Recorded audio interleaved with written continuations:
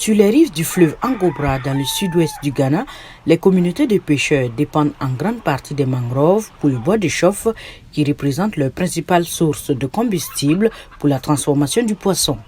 Mais les experts disent que l'abattage incessant des arbres a entraîné un déclin des forêts de mangroves et de l'habitat des poissons. Nous avions l'habitude de couper les mangroves parce que c'était comme un parc. Mais à présent, il y a moins d'arbres, donc le soleil brille dessus. Conséquence, cela n'est plus propice au développement des poissons. Les écologistes disent que les mangroves, arbres et arbustes des zones côtières sont importantes pour l'environnement. Ils capturent environ 4 fois plus de carbone que les autres arbres et aident à protéger la terre contre l'érosion et les inondations.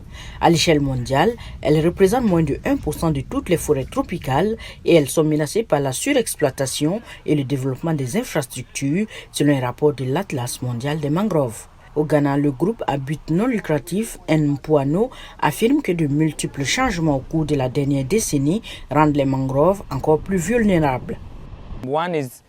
La dégradation a commencé lorsque le Ghana a découvert le pétrole et le gaz et à travers son développement en cours. Il y a beaucoup d'infrastructures en développement. Il y a aussi ce que nous appelons la galamsey, les activités minières illégales dans la région et cela pollue beaucoup les cours d'eau. Pour aider la communauté, l'ONG encourage les villageois à replanter les mangroves dans les zones dégradées. L'objectif vise à planter 200 000 arbres cette année et à faire classer la zone en réserve de conservation.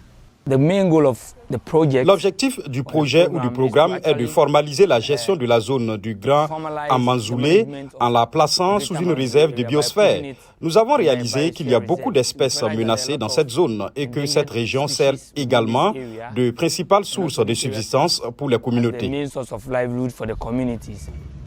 Les zones humides du Grand Amazul sont la seule zone humide vierge de la côte ouest du Ghana, selon un rapport de l'USAID. Les communautés de ces régions espèrent développer des techniques d'utilisation durable de la zone afin de la préserver.